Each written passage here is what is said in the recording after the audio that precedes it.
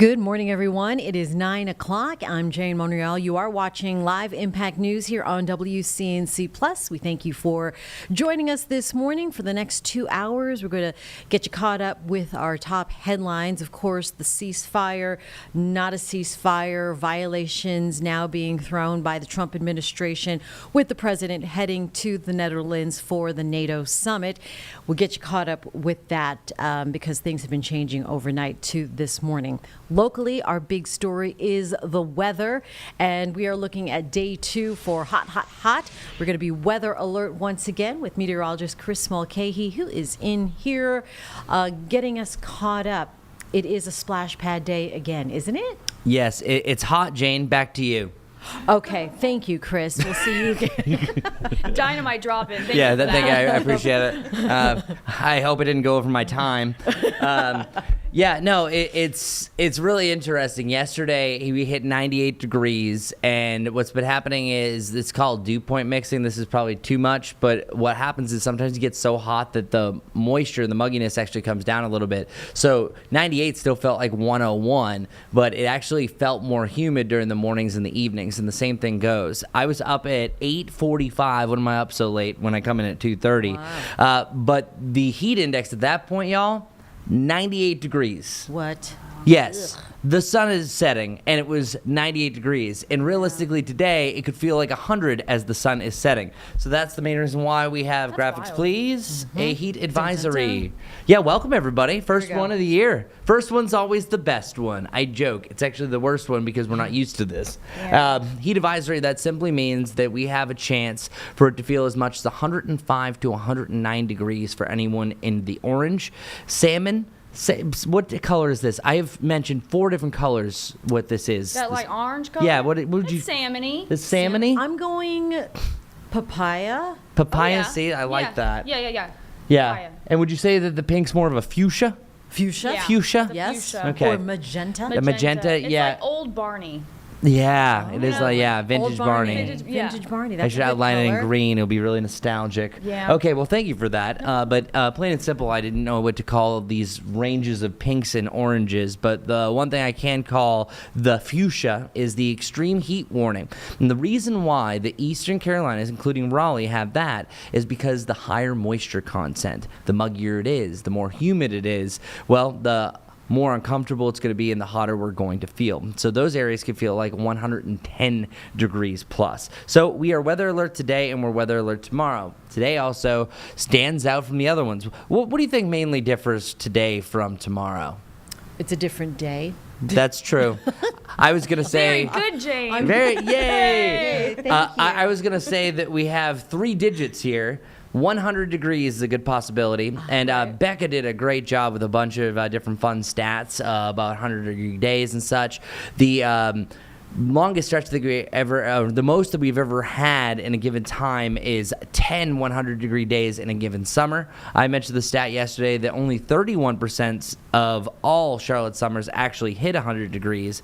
And there was a little stretch that happened from 2016 until 2021 that we never hit 100. So today could be a monumental version that we are doing it back-to-back years. We did it once last year. We hit 101 July 5th, and good shot at doing it again today because each day has been getting at least 2 to 3 degrees hotter each day because that heat dome continues to build. Tomorrow I'm a little bit cooler, so that's going to allow for, I think, more cloud cover and then our storm chances, but I'm getting ahead of myself. But check it out. For our warmest days, let's call them hottest days of 2025 now, we hit 92 on the 21st, 95, 98, and then we're going to be up to 100. So this is kind of that stair step. What happens when you have this setup, the heat dome, each high and each low gets hotter and hotter with the lack of wind, with a lot of sunshine. It just allows it to heat up and oftentimes bubble up. That's why also known as a heat bubble. And it's not until that pops or moves out of the way that we start to cool down. Well, it's actually going to start to move out by tomorrow, but we're still going to stay weather alert for our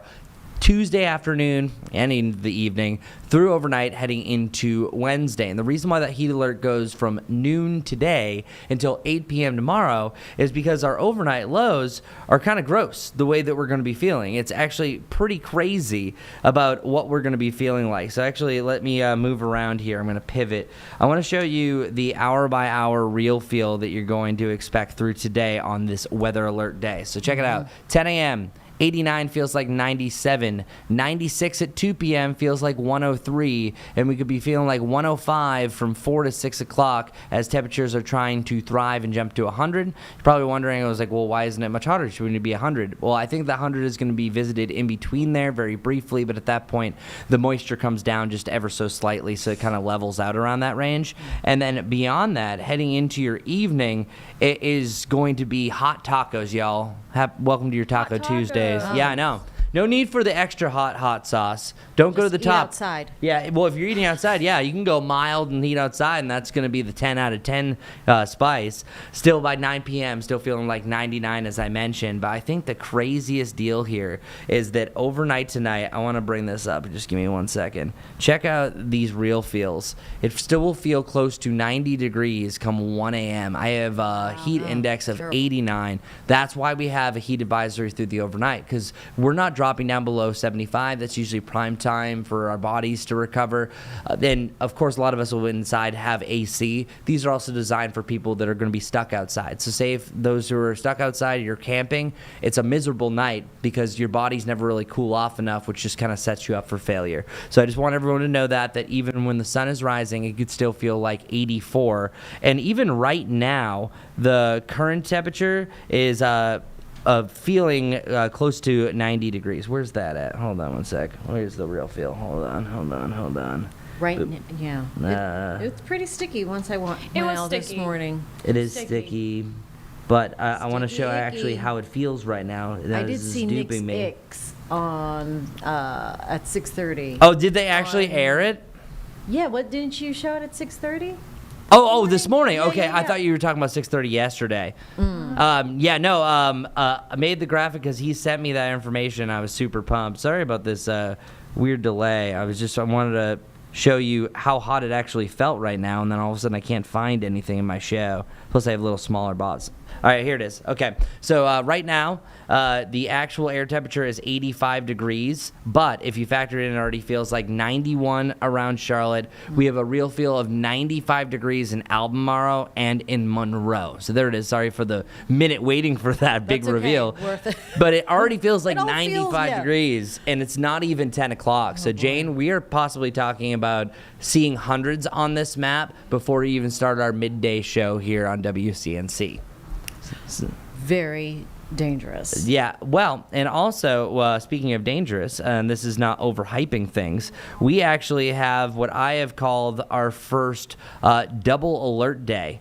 So, tomorrow, not only do you have the threat for the heat in general, you're also going to have the possibility of having some storms as well. So check out this graphic. You have the heat advisory that goes until 8 p.m., but you also have a medium threat for severe storms. This often can compile itself that when it's really hot and humid and you have something to drive it up, in this case, a high pressure system leaving, sometimes the back end, the ridge can allow things to drive up, or a trough, a low pressure system, a front, so on and so on. Well, we have the best environment for really spotty storms that actually turn pretty scattered throughout the day. So our severe weather risks, we have a chance for large hail, most likely when it's this hot.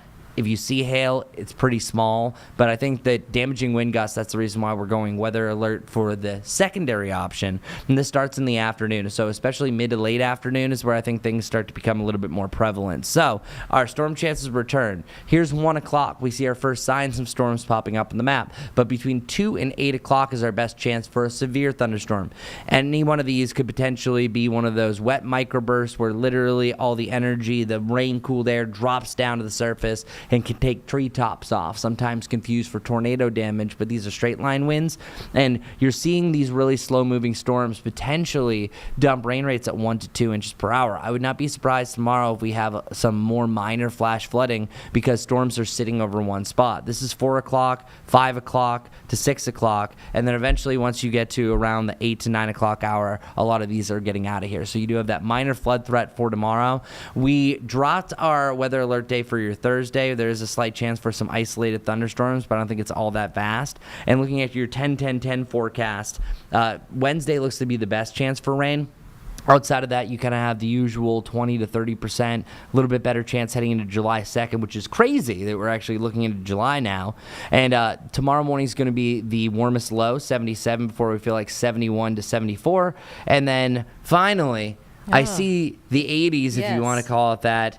We have a 90 and an 89 degree high on July 2nd and July 3rd. Get back to the 80s. All right. And so, yeah, July 4th weekend will hopefully be a little bit more tolerable. Yeah, and that's where we should be. July averages 90 to 91, and most of the times you're going to see our 7-day that just is popping up 90 to about 94.5 at the max. This 100-degree point, again, is quite rare. Only, again, 31% of all summers. We've only done it 139 times over 145 years, so that says something. All right. So, splash pad day. Yep. 2, 3 coming up. Mm-hmm. I got a rally towel from the game yesterday. Did you go? I did go for the Calder Cup playoffs. Shout out to Laura and Bill Barrett, who handed me this towel as I was walking in. And I need some work on my rally toweling game. But talk to a Steeler fan. Talk to Sharif. Sharif's a Steeler fan. Oh, okay. Assistant news director. The Gamecocks can I try it? Yeah. Yes. I've never rallied a towel. You've never I just rallied thought a maybe towel? I'll just freeze it. Yeah, it's momentum.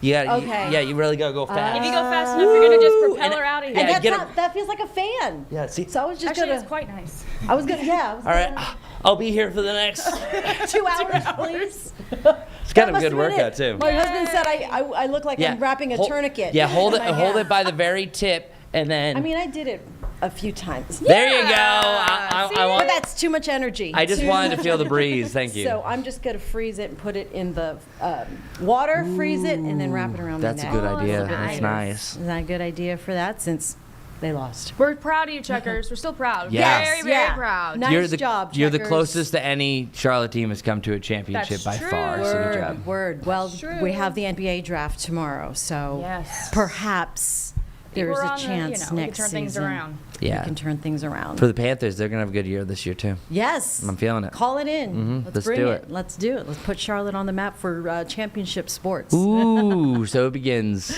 So it begins. Chris Mulcahy, thank you so much again. Always a pleasure. All right. He is out of here from the Live Impact studio. We thank you as always. The Trump administration announcing last night, I know I got the push alert while I was at the Checkers game, that there was a ceasefire between Israel and Iran overnight.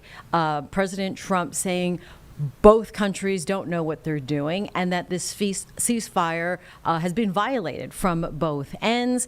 He posted on social media this morning as well as he is headed to NATO, the NATO summit in the Netherlands. And well, we have our Alice Barr in Washington with the very latest now from NBC News. A ceasefire between Israel and Iran appearing to unravel almost as soon as it began in the early morning hours. Israel accusing Iran of violating it by launching missiles and promising to respond forcefully with powerful strikes against regime targets in the heart of Tehran. Iran denied violating the truce, accusing Israel of being at fault in a possible discrepancy over the timing of the ceasefire's start. These guys got to calm down. Ridiculous. President Trump initially announced the pause in fighting was in effect, urging against violations, with Israel and Iran both agreeing fleeing following a wave of Iranian attacks that killed at least 3 people in southern Israel. A senior White House official said the attempted ceasefire came together after Iran signaled it no longer wanted to fight, and President Trump told Israel's prime minister no more war. The president reached out to Qatar to speak with Iran, according to a source familiar with the talks, with Vice President Vance helping coordinate. For the Iranians, I think this is a new opportunity to actually pursue the path of peace. The rapid developments come after Iran fired missiles at U.S. troops in Qatar Monday in retaliation for U.S. airstrikes on Iranian nuclear sites over the weekend. The president saying the U.S. expected and countered what he called Iran's very weak response, and that no Americans were harmed. Trump administration officials pressing Iran not to try to rebuild its nuclear program amid reports the White House disputes that Iran may have moved some equipment and uranium from its nuclear sites before the U.S. strikes. In Washington, Alice Barr, NBC News. And like we said, President Trump said last night that Iran and Israel reached a complete and total ceasefire, which has changed this morning or since last night. But our Colin Mayfield did talk to a U.S. relations expert who analyzed the situation in the Middle East. Want to just bring you this interview because it gives more of what's happening there and what it means for the rest of the world. Play this for you again here on WCNC Plus. And the president saying that Iran and Israel have agreed to a complete and total ceasefire. It will be phased in the next 24 hours. We have not had a comment from the Israeli military, at least at this point, or an immediate comment from Iran at this point as well. But it seems like the president is saying that this will bring an official end to this conflict. And obviously we saw this ceasefire coming after both sides exchanging shots at one another. Obviously, Iran launching a missile attack on a U.S. military base in Qatar. There were no casualties reported, thankfully, but this happened after Americans, after we bombed 3 key Iranian nuclear facilities just this weekend.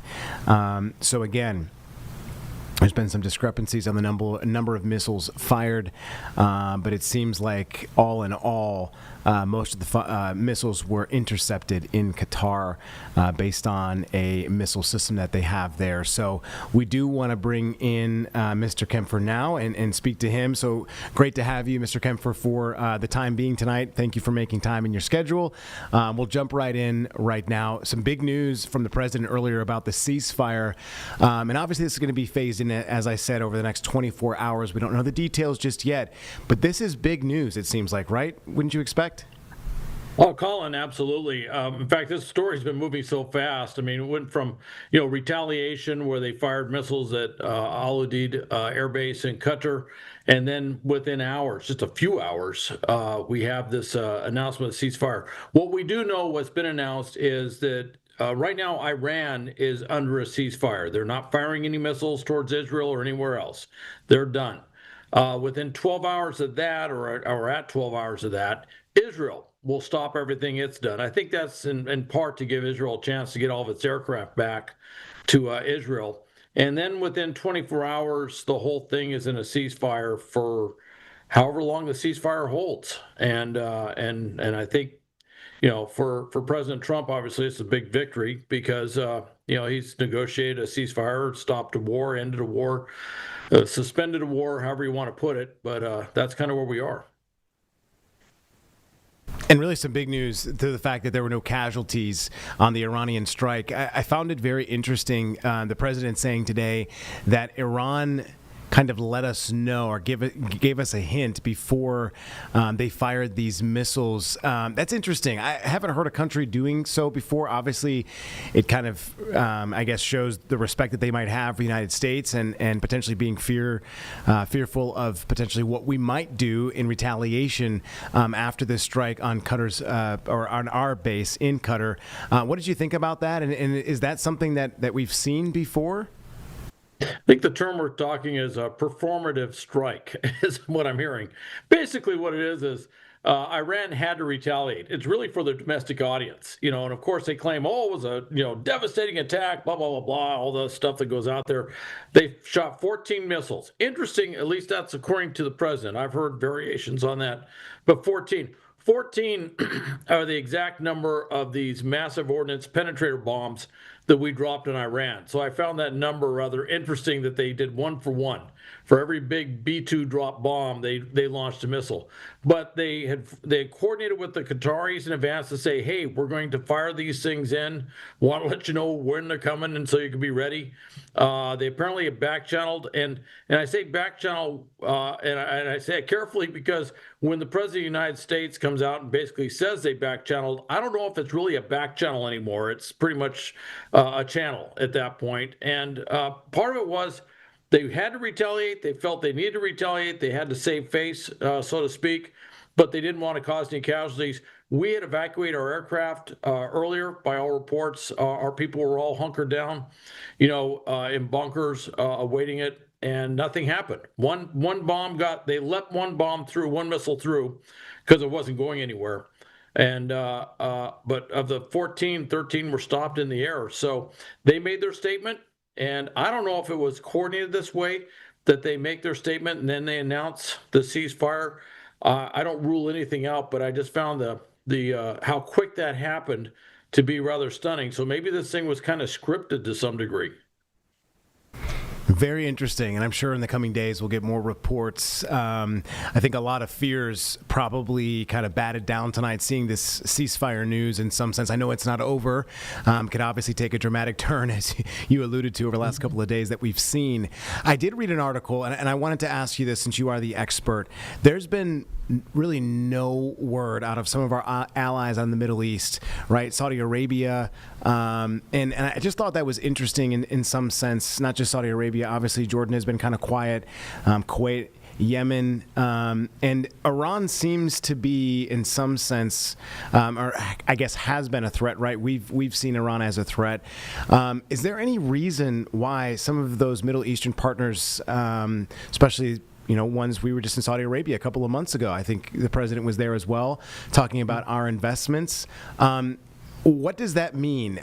Are they siding with us in some sense, not hearing anything from them, just silent on this attack? What was your take on some of this? Well, it's an interesting dynamic. One thing is, Iran is Shiite Muslim. All the countries you mentioned are Sunni Muslim.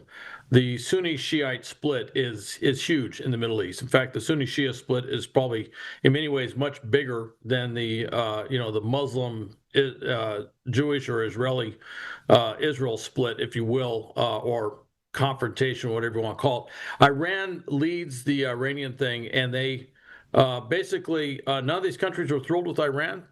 They can't say it publicly, but they're actually kind of happy to see what's happening there. They're actually kind of, they won't come out and say that. It would really irritate their domestic base, if you will, or the people within those countries. But the reality is, they're kind of watching Iran, proverbially get its clock cleaned, if you will, and they don't mind it. They're actually okay with that. There's been a lot of stuff actually written that they're saying they're kind of staying quiet for a purpose. The other thing too is they don't want to come out and publicly say it, because if they say that, then they could become a target. And we saw what just happened with Qatar, even though that was kind of a performative non-event, so to speak. But all those countries are nervous. UAE, Kuwait, Bahrain, of course, Qatar, Iraq, Syria. There's even U.S. forces in Saudi Arabia right now. All of these countries are nervous that if they say something, that Iran might just do something really foolhardy and start launching missiles their direction. So they don't want to make themselves an unnecessary target.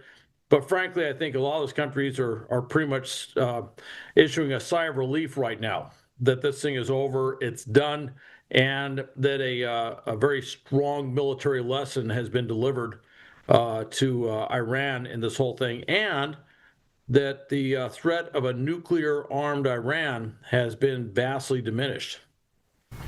So great to have your perspective on that, because I was wondering, what that meant without saying, much. Obviously, it can mean so many different things.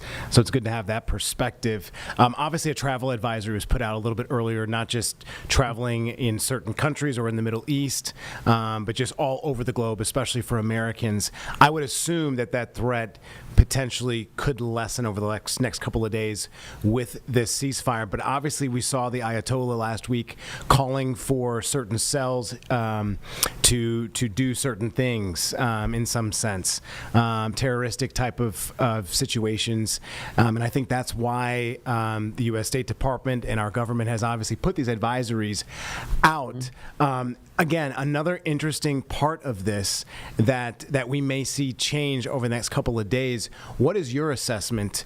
And I know a lot of folks, I have friends actually that are headed to Spielberg this weekend for an F1 race, right, in Austria. So would normally think that that's a hot spot for anything to happen. But obviously these individuals are watching this.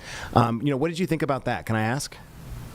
Well, Colin, it's interesting. Around the world, there are obviously covert operatives of Iran. The Al-Quds Force is the most famous part of that. But they also have the proxies. Hezbollah is the most famous member of their proxies, but there's other proxy groups as well. Hezbollah is pretty widely, I don't want to say infiltrated, but they've been operating in the U.S. for quite some time. Iranian operatives have been in the U.S. for quite some time. The FBI tries to track them down. Others try to track them down as well.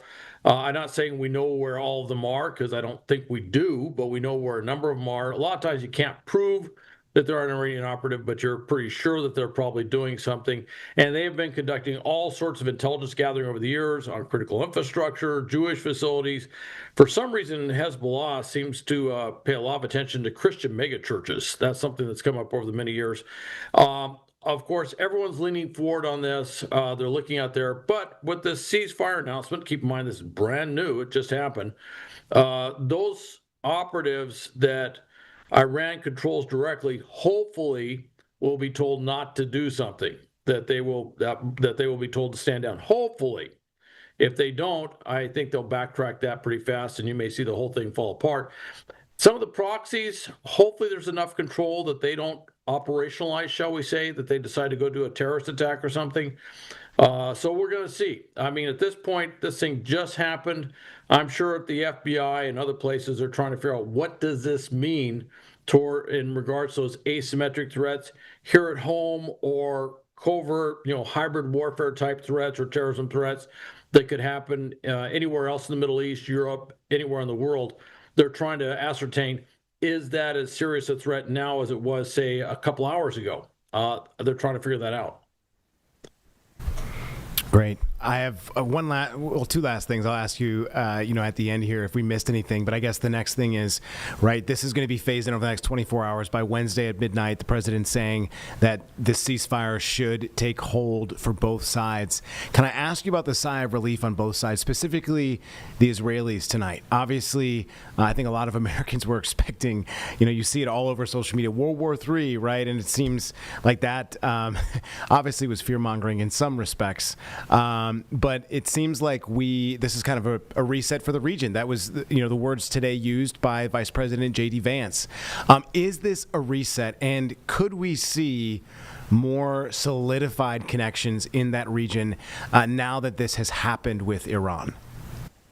That's a really good strategic question, because it's a possibility that this could be a major reset. Look, President Trump even alluded to the idea of regime change, but there could be some shifts that happen with the regime. There could be some shifts that happen internal. You got to remember, this is not a popular regime in Iran. 80 to 90% of the population want to see them gone. They've been protesting on the streets to get them out of there. And with this war over, there was a little surge of rallying around the flag in Iran, but now that there's no thing to rally around, I think things may start to settle down, and you may see some of that hate and discontent for Ayatollah Khamenei and his regime start to burble up to the surface very fast. I think that's what a lot of people are anticipating. So that would be a potential reset if there was, some sort of internal change in Iran. The other side, too, is now the diplomacy starts. What will the negotiation look like? And I think at this point, pretty much everything's on the table. Ballistic missiles are on the table. The proxies are on the table, everything. So this could be a literally not just a regional reset. This could be in some ways a global reset in terms of what's happening with Iran. And I will say this, President Trump has done some things that frankly surprised a lot of people. For example, he met the new leader of Syria, a former Al-Qaeda member. That got everybody's attention when that happened.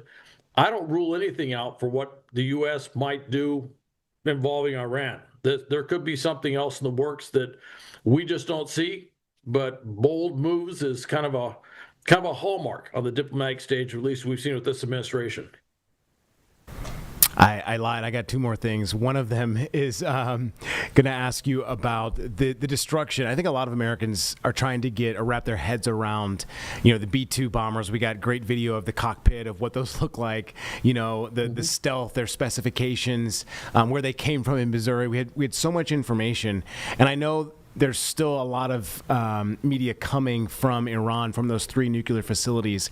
In your expert opinion and analysis, there's been a lot of talk about these bombs getting through a lot of the solid ground, right? What that looked like? Did they destroy the uranium enrichment that's there? What is your take on this? Did we and were we able to, in the president's word, decapitate their ability to have a nuclear weapon? It's interesting. It's the terms that we use in the military that are not commonly used, like battle damage assessment. That comes easily to me. It doesn't come easily to everybody else, but I have heard that more in the last 48 hours than I've ever heard it ever said. Everybody's talking battle damage assessment. That's exactly what it is. They're trying to figure out what was the effect of those weapons. Now, those GBU-57s, those 30,000-pound bombs, massive ordnance penetrators, dropped from the B-2s, from everything we've seen from the satellites, they did exactly what they were supposed to do. They hit the site. They hit where they're supposed to hit with the site. There's big craters where you expect to see big craters. The problem is those cavities, those bunkers, those underground facilities are about, at least by reports, about 300 feet below ground. And you can't see that from a satellite. So they go down there. They have this massive energy release, with the explosive force. And if those cavities collapsed and everything was completely, caved in and there was nothing left that was operational, we really can't see it from the surface. So there's going to be a big intelligence gathering and assessment period here to figure out what the effect was, and that'll involve signals intelligence, human intelligence, every type of intelligence collection, well beyond just electro-optical with satellite pictures as far as what's going on. The other part is we're going to look at the other sites, and then of course there's this kind of extraneous report which has not been confirmed that Iran has said, we moved all that stuff. Well, part of it, I'd say, is Iran, of course, would say they moved all that stuff. They don't want to admit how bad the damage is. They don't want to admit to their own people that they just had their own nuclear capability taken off the map. So they're kind of putting out this little disinformation piece, a little bit of face saving. However, we got to track it down. Maybe they did move stuff. Maybe there is stuff stored in another location. That's going to be a big discussion. And by the way, I anticipate that will be part of whatever the diplomatic negotiations are, to allow UN inspectors and probably U.S. inspectors free access across Iran to find out if there is any nuclear material held anywhere in the country. And you might see, some sort of negotiated thing with a very stringent inspection process going on. So at that point, I'm now into speculation. I don't want to get ahead of myself on whatever the diplomatic outcome of this thing is. But that's a long way of saying, everything did what it was supposed to do. Did it actually destroy everything in Iran that could be used for building a nuclear weapon? That's what we're trying to ascertain now. Perfect. Great answer. I think everybody is just wondering about that. And I was asked that question earlier today. So it's great to have you on to ask that. Last thing is, what else are we missing? This is such a convoluted issue, and I don't want to miss anything. And again, you're the expert. And any other things that come to mind for you to let folks know that are important with this? Well, I wouldn't be flying through Doha or Dubai anytime real soon. I have to tell you, I'm overseas right now, and I was just in Doha a couple of weeks ago flying through. So this is not some remote visual I have of the sky over Doha or anything like that. what I will tell you is it's been very disruptive for any air traffic going through the Middle East right now. And I would say if someone's planning to travel in the Middle East right now, you might want to rethink your plans if you don't have to go or go through the Middle East just because of the disruption. Let the ceasefire really take effect and make sure that air traffic is flowing smoothly. Those are huge hubs. Doha, Dubai are massive air hubs. And so I'd say you need to look at that. But the other part too is we're going to see how this plays out. I mean, there's a lot of things where this could go sideways. It wouldn't take much. And so everybody's going to watch this closely. But what's very interesting is there's a lot of pressure. All the countries in the region, but I think all countries in Europe and elsewhere are really behind this. And I think Iran, they were kind of running out of steam. They didn't have much left in inventory. So there's a lot of reasons why Iran may find a way to make concessions now that they couldn't have made, say, a day or two ago. I have got to introduce you correctly here, sir. I'm sorry. You're a retired Marine intelligence officer with more than 24 years of experience. This is Mr. Hal Kempfer, the CEO of Global Risk Intelligence and Planning Incorporated, who is taking the time, even though he is not in America right now, to spend it here on WCNC Plus. We certainly appreciate you, sir. God bless you, and be safe on your travels. And hopefully you'll join us again on WCNC Plus. Sounds great. Thank you, Colin. And that was our Colin Mayfield talking on some of the analysis immediately after last night's announcement of a ceasefire. Just bringing that to you for information here at 9:35 Tuesday morning on Live Impact News. I'm Jane Monreal. We thank you for joining us here until 11 o'clock for the Live Impact studio. We do know that things have changed since the announcement of a ceasefire. President Trump denounced that both countries, Iran and Israel, have violated the ceasefire, and as he heads to the Netherlands this morning for the NATO summit that is beginning today, we expect to hear more from the president, and he will certainly be talking to other world leaders on the situation in the Middle East as well as Ukraine. I want to switch gears right now because happening live right now in Washington, D.C., if you recall last year out of Portland, Oregon, on a plane, the NTSB looking at what happened midway through a flight when the mid-exit door plug caused a situation there mid-flight. Scary situation for the Boeing 737 passenger plane.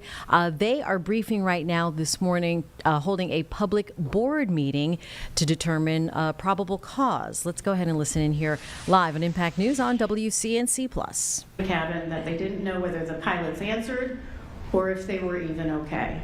The pilots had no idea what was happening in the cabin, and the flight attendants had no idea what was happening on the flight deck. To quote the captain, it was an explosive experience. The first officer said it was chaos. Back in the cabin, the flight attendant saw 5 empty seats next to a gaping hole in row 26 and believed multiple passengers had been lost. From an interview, I look down the aisle and I see the mom of the child by the window. The mom was on the floor just screaming like agony, and she was shaking. I was holding her. I said, "What's going on? What's happening?" And she just says, "I was holding my son and I think my son blew out." That's when I lift up my head and I saw the hole and I just started shaking. It wasn't until the crew deplaned that they learned they didn't lose a single passenger, that all crew members were accounted for. Throughout this meeting, you'll hear more about what it was like on board Flight 1282 that day. I think what's most inspiring to me, and I would imagine this entire board, is amidst absolute chaos, and I imagine fear, the crew members were laser focused on the safety of their passengers. Using supplemental oxygen, the flight attendants ran up and down the aisle to check on passengers, never forgetting the most vulnerable on board, 3 lap children and 4 unaccompanied minors, one of whom was just 6 years old. He had turned 6 just about a week before, and it was his first time flying. I hope everyone in this room or watching online takes away a newfound appreciation and respect for the men and women who protect us in the air and on the ground. Above all, these highly trained professionals are there for our safety. Safety. That's the promise the Flight 1282 crew delivered on. Despite the harrowing circumstances, every single crew member performed their safety duties with the highest degree of professionalism and competence, remaining calm in the most turbulent of times. They are why all 177 souls on board Alaska Airlines Flight 1282 deplaned safely at the gate. And I want to take a moment on behalf of the entire agency to commend the entire crew. This doesn't just happen. Every single crew member we interviewed credited their training. We at the NTSB examine training in every accident we investigate, in every transportation mode. Why? Because it can and often does make the difference between life and death. When every second counts, as it did on Flight 1282, training to the point of muscle memory is paramount. In this case, the crew knew precisely what to do. They acted without hesitation, and it saved lives. And yet the crew shouldn't have had to be heroes, because this accident never should have happened. Since this accident occurred, there's been a lot of focus on human error, on the actions of one or two individual Boeing employees. Let me be clear, an accident like this does not happen because of an individual or even a group of individuals. Aviation is much more resilient than that. An accident like this only happens when there are multiple system failures. This is from the draft NTSB report we'll soon discuss. Within a robust system, the introduction of a single error is almost never the only cause of an accident. Rather, several barriers of defense must fail for the error to lead to an accident. Several barriers of defense must fail for the error to lead to an accident. The truth is, there was a long chain of events that led to the door plug departure. Problems were identified in numerous Boeing internal audits across production lines, employee speak-up reports, quality alerts, and regulatory compliance issues. In other words, the safety deficiencies that led to this accident should have been evident to Boeing and to the FAA. This time it was missing bolts securing the door plug, but the same safety deficiencies that led to this accident could just as easily have led to other manufacturing quality escapes and perhaps other accidents. Which leads me to the ultimate purpose of our investigation: to inform safety recommendations that, once implemented, will help Boeing close the systemic gaps that led to this accident, will help strengthen each barrier of defense against quality escapes, so that every airplane leaving a Boeing factory is safe to transport the most precious thing imaginable, human life. Our job is to make recommendations to prevent accidents like this from recurring. Following the accident, Boeing rolled out its safety and quality plan, which has the same goal. Will Boeing's plan, in fact, prevent accidents like this from reoccurring? Are there still gaps? We discussed some of those gaps at the hearing last August, including the need for continued development of Boeing's safety management system and improved safety culture, which they themselves recognize and have done a lot of work on. How do Boeing and FAA know the key performance indicators to measure the health of Boeing's production lines are the right ones for safety? Before the accident, multiple tiers of Boeing leadership routinely assessed quality control metrics, such as non-conformances, quality escapes, and regulatory compliance issues. What has changed? Are the processes they developed since the accident going to prevent, or at a minimum detect, the next manufacturing issue before the airplane leaves the factory, before there's an accident? I do want to commend and thank Kelly Ortberg for his safety leadership. He has made himself the accountable safety executive, and he has done a lot of work at Boeing since this accident. We've had several great discussions focused on safety since he came on board. He has a lot of work cut out for him, a lot of challenges to address, and that is going to take time. I visited Boeing and Spirit Aerosystems, my colleagues did as well, just a few weeks ago. to see some of the changes they've made since this accident occurred. I'm thankful for their progress, but you'll hear today that more can and should be done. When it comes to safety, the NTSB sets a high bar, unequivocal when it comes to demanding excellence in transportation safety and demanding excellence from Boeing. Lives depend on it. Boeing is a cornerstone of American aviation. It is a pillar of American manufacturing, supporting more than 170,000 direct jobs and an estimated 1.6 million indirect jobs around the globe. I believe Boeing, Spirit, and the FAA will take the lessons learned from this accident to heart and again become a world leader on aviation safety. Please know that I, all the board members, the entire team at NTSB are here as a resource, not to help you meet the high expectations that we all have for you, but to actually exceed them. With that said, this isn't all on Boeing or Spirit. I have lots of questions about where FAA was during all of this. The FAA is the absolute last barrier of defense when it comes to ensuring aviation safety, protecting the more than 1 billion passengers and crew members who fly on U.S. and foreign airlines annually. Appropriate oversight of those they are charged with regulating is critical, and I'm hopeful that with new leadership at DOT and at FAA, that will occur. I believe firmly that change brings about new opportunities for much needed reform and a renewed commitment to safety, something we've seen from Secretary Duffy since day one. Let's now turn to today's meeting. I want to recognize our Managing Director, Dana Schultz, who will introduce the NTSB team participating in today's meeting. Good morning, Ms. Schultz. Thank you. Good morning, Chairwoman Hamady and members of the board. My only administrative announcement this morning is for meeting participants to silence their electronic devices at this time. I'll now introduce staff for today's meeting. Unless otherwise noted, staff are from the Office of Aviation Safety. In the front row to my right, Tim LeBaron, Director, Office of Aviation Safety. Doug Brazy, Investigator in Charge. Pacholo Cruz, Manufacturing Records. Nils Johnson, Manufacturing Records. And Dr. Sabrina Woods, Human Performance. In the second row, directly behind me from left to right, Jen Adler, Director, Office of Safety Recommendations and Communications. Tom McMurray, General Counsel. Mike Badinsky, Acting Director, Office of Research and Engineering. Kathy Strong, Report Writer. Captain Star Blum, Operational Factors. And Clint Crookshanks, Structures.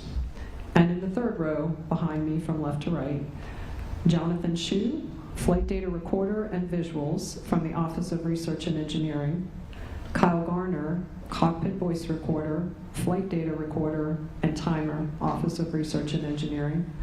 Dr. Matthew Fox, Materials, also from the Office of Research and Engineering.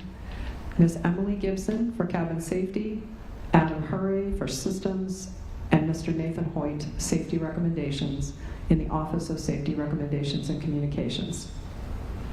The presentations will begin with an investigation overview by the investigator in charge, Doug Brazy. Doug? Thank you, Dana. Good morning, everyone. As the chairwoman mentioned, on January 5, 2024, Alaska Airlines Flight 1282 departed Portland International Airport, Portland, Oregon, destined for Ontario, California. At 5:13 p.m., about 6 minutes after takeoff, the left mid-exit door, or MED plug, opened and departed the airplane, which resulted in a rapid depressurization. While climbing through 14,830 feet, the captain recalled there was a loud bang, and the flight deck door was blown open due to the depressurization which had initiated in the cabin. Both flight crew immediately donned their oxygen masks. They recalled it was very noisy and very difficult to communicate, both among themselves and with cabin crew. They immediately contacted air traffic control and began executing emergency procedures.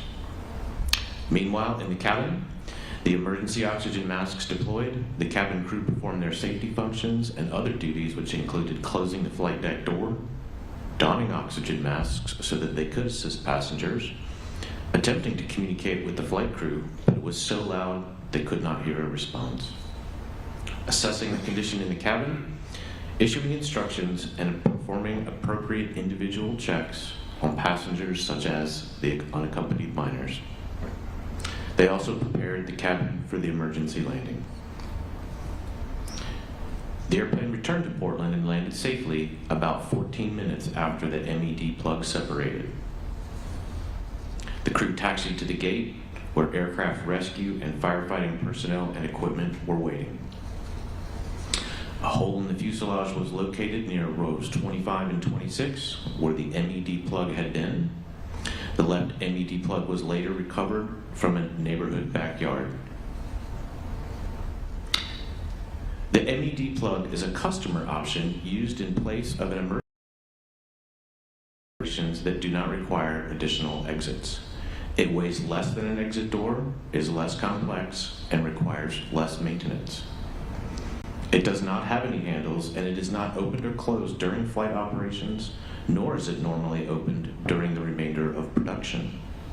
However, the left MED plug on this airplane was opened during the final assembly in Renton to allow access to an area that needed rework to rivets located in the fuselage. Although photographs and witness marks showed that the MED plug's 4 retaining bolts had been previously installed, when the airplane left the Renton facility, those bolts were missing. This slide shows the MED plug and some of its associated hardware. The left image shows a view of the interior side, and the right image shows the exterior side. Next, I'd like to show a video of an exemplar MED plug as it is being installed. It shows a technician as he is tightening 3 of the 4 MED plugs.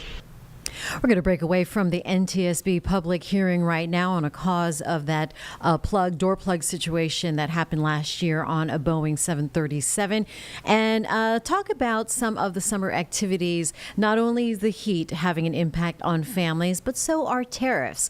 So as families gear up for summer activities, you may be surprised to find some of your favorite seasonal items are coming up with a higher price tag this year. We're talking from children's bicycles to barbecue grills, and officials say that new tariffs are driving up some of these costs. So from the U.S. Chamber of Commerce, they've released a new analysis showing how much more expensive summer has become. Joining us from Washington, D.C. right now, Neil Bradley, who is the Vice President and Chief Policy Officer at the U.S. Chamber of Commerce. Thanks for joining us this morning, Neil. Jane, it's great to be with you. I really appreciate the opportunity. Appreciate your expertise and some insight to the big picture here on tariffs. What prompted U.S. Chamber of Commerce to look into these specific summer items? Yeah, so it's summer, it's hot, and we got to thinking about all the things that every one of us tend to enjoy in summer. And it occurred to us that these things, if we're going out and we're buying a new grill or maybe a new bicycle because our kids have outgrown the old one, or, I like to fish and I wanted a new fishing reel. I wanted a new cooler to put some cold ones in on my fishing trip. These are all things that Americans typically buy, but they also happen to be things that we largely import into the United States. And the federal government has imposed new tariffs, which is just another word for taxes, on all of those items. And they range anywhere from a 10% tax increase to nearly 60%. And so we're really concerned that over time, we're going to end up paying more for the summer fun essentials because of these tariffs. All right, I mentioned bicycles, maybe some of the barbecue grills. What are some of the other common summer items that families are going to notice when they go shopping at the store? Yeah, swimwear, sandals, sunscreen. These are all items that have had new tariff increases put on them. It's hot, right? It's particularly hot in the eastern United States today. And, sometimes you want to help your pet cool off by getting one of those little plastic pools outside. Well, guess what? We import most of those little plastic pools. And so we're going to see price increases on all of those things. There was a survey just done of businesses there in North Carolina, and nearly 50% of them said that over the last 2 weeks, they're paying more for the things that they're buying. A lot of that's being driven by tariffs. And of course, if half the businesses in North Carolina are paying more for the goods that they buy, well, what's that mean? It means you and I are going to be paying more when we buy those things in the store. And so this is a price increase that we can see coming, but it's one that we actually think we can avoid if we change public policy a little bit. Your report also talks about how small businesses are going to be impacted. Again, in the Carolinas, plenty of these small businesses, mom and pop stores, carry a lot of the items that you talk about. Why small businesses are particularly going to be impacted? Yeah, sometimes we think about companies that import things and we think, oh, that's just the big businesses, right? With the big stores, and they can afford this. Well, the truth is that of all the people who import into the United States, 97% are small businesses. There's about 11,000 small businesses in North Carolina, the vast majority of them small businesses who import things. And if you're a small business, it's already hard enough. But think of it this way. If the things that you're importing have gone up in price by 10%, 25%, 50% because of these tariffs, that's a huge price increase that you're immediately hit with, that you immediately have to pay to the federal government. We've talked to small businesses who say these tariffs are putting their very survivability at risk because they can't afford to write a $100,000 check to the federal government. Yeah, so instead of absorbing those costs, most likely passing it on to the consumer, right? That's right. And so these tariffs have to be paid by somebody. And if you're a small business, you can't just absorb a 25% increase in the cost of the things that you buy. What does it mean? It means less money for wages for a new employee or pay increases for your existing employee. And ultimately, it means higher prices for your customers. And so this is going to impact all of us, not just the stores on Main Street, but all of us who shop local. Beyond the summer items, then, what does this trend show you about beyond the summer season? Yeah, so the summer season, the price increases have been slow to take effect because a lot of this stuff was imported before the tariffs, but it's coming. But what's right around the corner after summer? Back to school. What do we need for back to school? Kids' clothes, and we need new pens and pencils and calculators. And these are all things that are going to see price increases. And then right around the corner from that, well, it's the cold of winter. And you're talking about hats and coats, all things that are going to see price increases. And so this is the problem with these tariffs. They're hitting virtually everything. And that means that the prices that we pay on virtually everything are going to start increasing. As far as solutions go, looking beyond this, what is specifically U.S. Chamber of Commerce doing or partnering with and talking about some of these concerns with policymakers? Yeah, we've put a proposal in front of the Trump administration. We said, listen, we know you're in the middle of negotiating with other countries. We want to see successful trade deals negotiated. But if you're a small business, you may not be able to wait weeks or months for a resolution of these tariffs. And so what the administration could do, and what we suggested that they do, is exempt small businesses. If you're a small business, then you're exempt from the tariffs. You don't have to worry about coming up with $50,000 or $100,000 to pay the federal government. You can get back to running your business, serving your customers, and providing them the best possible price. And so we think that's an important step that can be taken right now to protect businesses on Main Street and ultimately protect us, the consumer.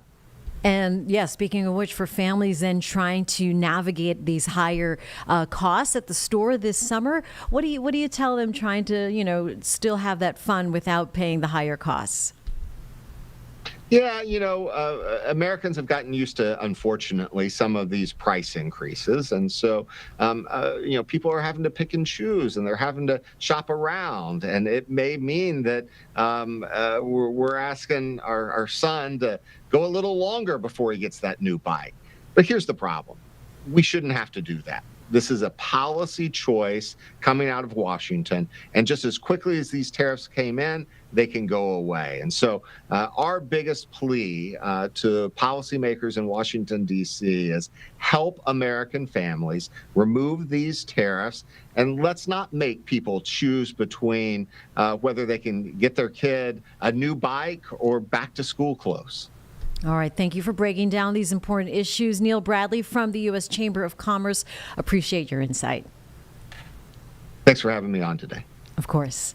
Coming up at 10 o'clock right now, you're watching Live Impact News on WCNC+. So that's something to consider for your summer as well as this heat. He did mention how hot it is and people do want to jump into the pool. So something else to keep in mind, talking about some of those summer goods. And take those extra precautions if and when you can. Get you back out to the NTSB Public Board meeting as they are looking at this hearing to talk about a probable cause in what happened to a door plug situation on a Boeing flight last year out of Oregon. But this is happening in Washington, D.C. You're watching Live Impact News on WCNC+. So I do want to invite staff, if you want to take your jackets off. People are more interested in what you're saying than what you're wearing. So feel free, please be comfortable. It is hot. We will be here for a while, so feel free to do that, okay? Thank you. Good morning, Chairwoman Hamidi and members of the board. In staff's presentation, we've briefly discussed the 737 manufacturing process at Spirit Boeing Renton for the accident airplane line 8789. The issues that led to this accident and the FAA's surveillance of the Boeing production certificate. The manufacture of the Boeing 737 aircraft starts at Boeing supplier Spirit Aerosystems. Spirit Aerosystems is a major supplier of 737, 777, and 787 fuselages to the Boeing company. The company is headquartered in Wichita, Kansas, with facilities in the United States, United Kingdom, France, Malaysia, and Morocco. Spirit Aerosystems manufactures several other key components, including wing leading edges, pylons, nacelles, thrust reversers, and flight deck sections for various Boeing aircraft programs. The 737 airplane fuselages, once finished, are shipped to Boeing via rail to complete the final assembly of the airplane. As part of the 737-9 fuselage build process, edge frames, located by arrows in the photograph, are first attached to the fuselage to provide structure onto which the mid-exit door or MED plug is installed. The edge frame components are manufactured by a Spirit Aerosystems supplier, QuickTech. According to Spirit production documents, the edge frames for the left MED plug were installed on the accident fuselage on June 16th and completed on June 19, 2023. No document discrepancies were reported on the installation or inspection of the edge frames. After the accident, and upon learning of workmanship issues on the fuselage edge frames from line 8789, Spirit Aerosystems started a review of the QuickTech's manufacturing process, including inspecting all edge frames currently in production and in stock. Further, the company completed inspections of all edge frames in the Spirit production system, including fuselage in the production line. No edge frames exhibited the conditions consistent with those reported by Boeing on the accident airplane. Spirit Aerosystems has design responsibility, which includes the build standard and engineering drawings for the MED plug. The accident airplane's left MED plug was manufactured and completed by Spirit Aerosystems Malaysia on March 24, 2023. The plug was then shipped to Spirit Aerosystems Wichita and received on May 10, 2023. Per Spirit Aerosystems production documents, the left MED plug was installed on the accident airplane on July 18th, inspected and completed on July 28th. A completed installation of the MED plug required the installation of the 4 bolts to prevent upward movement of the plug. Line 8789 departed Spirit Aerosystems via rail on August 20th, 2023.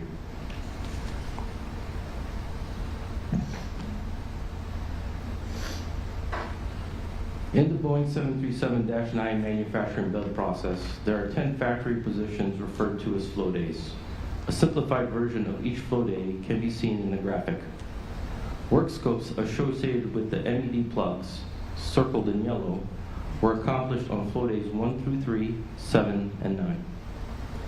Boeing installation plans, or IPs, are installation instructions for the build of the airplane and have a baseline schedule in the manufacturing process. Non-conformance records, or NCRs, are documents that record discrepancy conditions that can be corrected and meet engineering design. The NCRs are dispositioned with work instruction documents called non-conformance orders, or NCOs. NCRs and their associate NCOs are not pre-planned work and therefore do not have scheduled flow days like IPs. During the investigation, staff heard the term traveled work. According to Boeing, there are 2 types of traveled work. First, where the built article travels from a supplier to Boeing with open work, and second, when the built article moves from flow day to flow day within the factory without the scheduled work being completed. Boeing expects an NCR will be completed on the same flow day it was generated. When this does not occur, Boeing considers this traveled work. According to Spirit Aerosystems documentation, Line 8789 did not have a supplier traveled work when it was shipped from Spirit Aerosystems to Boeing Renton. Line 8789 was received by Boeing Renton and entered the final assembly process on August 31st, 2023. On September 1st, 2023, during of the fuselage per the IP, Boeing inspectors identified and wrote up discrepancies on 5 rivet locations shown in the photograph on the forward edge frame common to the left MED plug.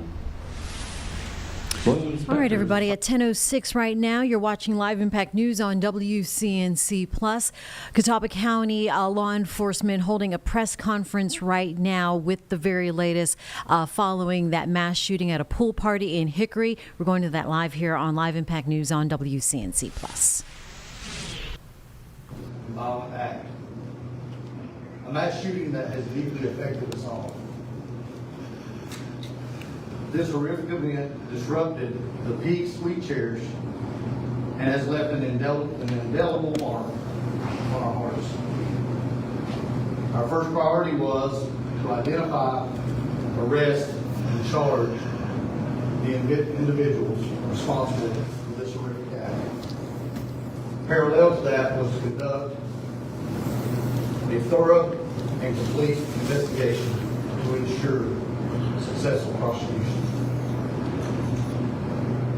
Since that day, an extraordinary team of over 150 law enforcement officers and support staff has worked tirelessly to investigate and bring clarity to this devastating incident. I want to take this opportunity to extend my heartfelt gratitude to every member of this team, as well as to all of our law enforcement and first responder partners, whose dedication has been nothing short of heroic. When I arrived on the scene that Sunday morning, I was immediately met with the outpouring support from federal, state, and local elected officials, each offering assistance and resources to aid our response and investigation efforts. Special Agent in Charge, James Barnacle of the FBI, called to inform me that he was en route from D.C. and would be there by 2:30 p.m., asking what support was needed. Director Chip Hawley of the North Carolina State Bureau of Investigation and Assistant Director Morrow about all law enforcement, also police chiefs, and from my fellow sheriffs. What began that morning quickly evolved into one of the most comprehensive investigative operations I have witnessed in my 37 years in law enforcement. Agencies from multiple jurisdictions and disciplines came together seamlessly, collaborating as though they had worked side by side for many years, when in fact many of them had never met before. I want to personally thank the following agencies for their critical roles in this ongoing investigation: Hickory Police Department, Maiden Police Department, Newton Police Department, Catawba County Emergency Medical Services. Those folks went into a hot zone that they're not trained for. They were brave and courageous. The Catawba County Emergency Management, Federal Bureau of Investigation, North Carolina State Bureau of Investigation, North Carolina Alcohol Law Enforcement, the Bureau of Alcohol, Tobacco, Firearms, and Explosives, United States Marshal Service, Charlotte-Mecklenburg Police Department, Lenoir Police Department, Statesville Police Department, the North Carolina Highway Patrol, Gaston County Police Department, the Hennepin County Sheriff's Office in Minnesota, the Caldwell County Sheriff's Office, Alexander County Sheriff's Office, Burke County Sheriff's Office, Iredell County Sheriff's Office, and Lincoln County Sheriff's Office, and our District Attorney, Scott Riley, and his amazing staff. Their commitment and professionalism have been instrumental in our pursuit of justice. I also want to thank the great citizens of Catawba County for their patience, their support, and their confidence. I will forever be grateful. We will continue to work diligently and transparently to provide updates as the investigation progresses. Our community's safety remains our highest priority. Thank you.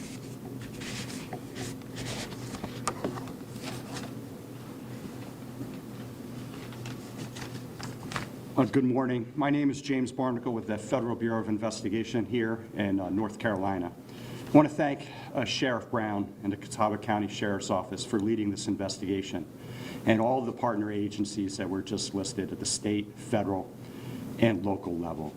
Partnership and commitment is the most important thing to preventing, deterring, and investigating violent crimes. The charges that are being announced today are the result of weeks of continuous work alongside our law enforcement partners here and out in our communities. I want to emphasize that FBI will support the Catawba County Sheriff's Office, their investigators, and the District Attorney's Office led by Scott Riley with their prosecution throughout the remainder of this investigation and the prosecution of these individuals.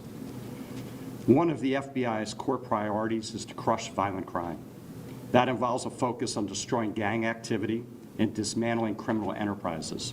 The way to accomplish this goal is for law enforcement agencies to work together.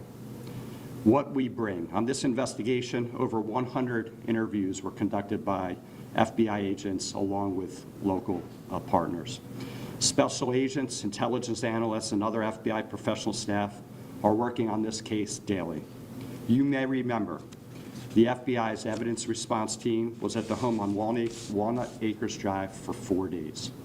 They used advanced technology and tools to collect evidence and document the crime scene. Evidence from the scene was sent to the FBI laboratory at Quantico, where it will be prioritized for processing. Specialty teams are also working on interactive exhibits, including models of the crime scene and other investigative aids to detail the tragic events that carried out that Saturday night, early Sunday morning. The team will also account for bullet trajectory. There were around 80 rounds fired that day. Sadly, bullets hit victims. Others went into houses. They burrowed in the roof. skipped off concrete, and bounced off cars parked in the yard. People that pull a trigger, the bullet doesn't care where it goes. They have a responsibility, and they're going to face justice. The FBI is committed to working with and continuing to support this sheriff's office and our law enforcement partners as this case moves forward. And if evidence of a federal crime is uncovered, we will consult the United States Attorney's Office for the Western District of North Carolina if federal charges are appropriate. The U.S. Attorney Russ Ferguson and I speak quite often about this investigation, and we are looking to charge folks federally. Thank you for your time today and for being here. Thank you, Sheriff Brown, for your commitment to this county. It is safer because of the work you do. I will now turn this over to State Bureau of Investigation, SAC Laws.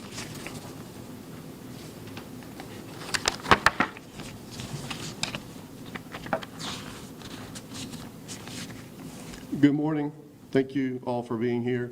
My name is Chris Laws. I'm the Special Agent in charge for the Northwestern District of the North Carolina State Bureau of Investigation.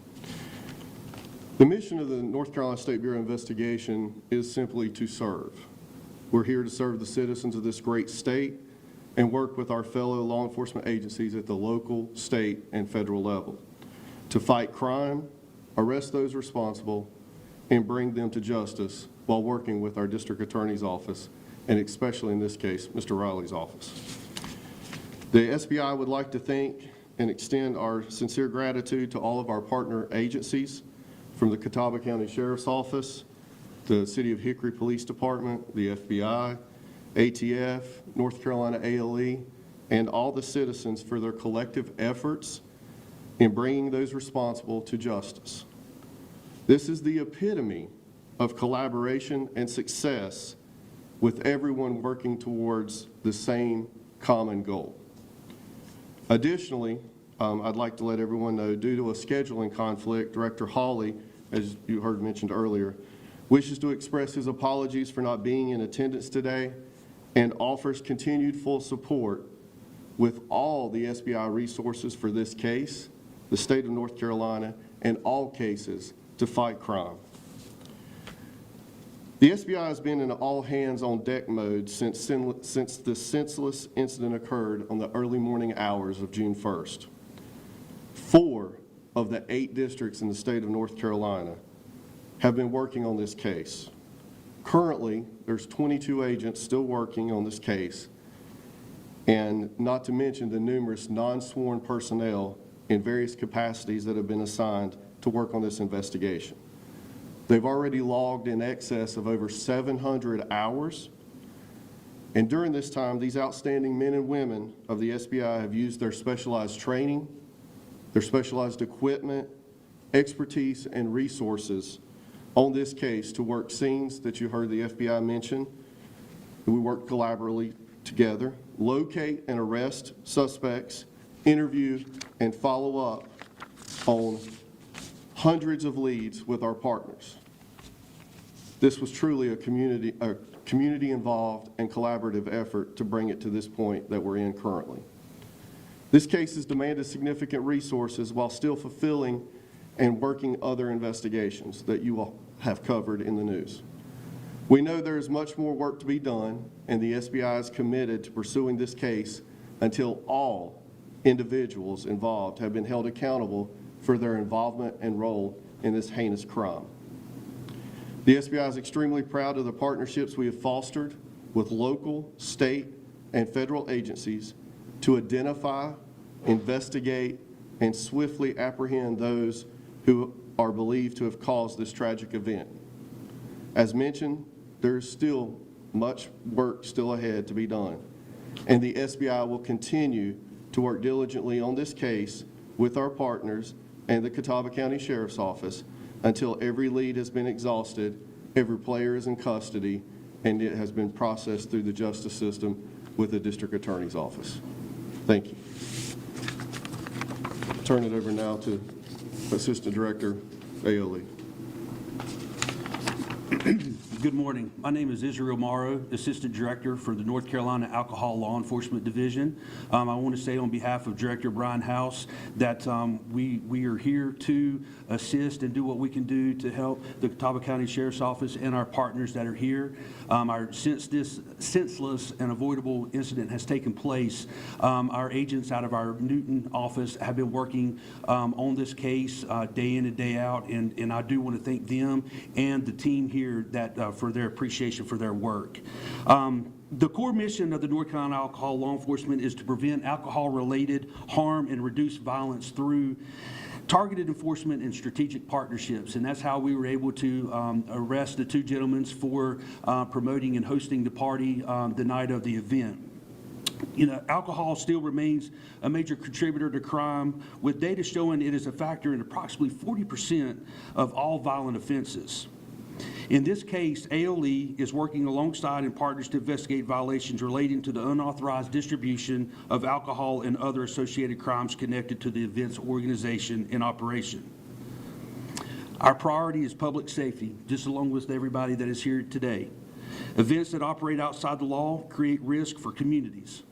ALE will continue to take action to hold individuals accountable and to prevent further violence and harm. Thank you.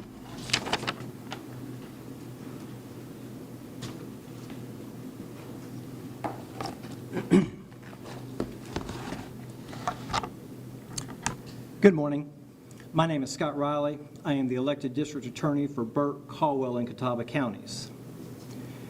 I stand before you today in the aftermath of a horrific and senseless act of violence that occurred on June 1st, an event that has shaken our community to its core.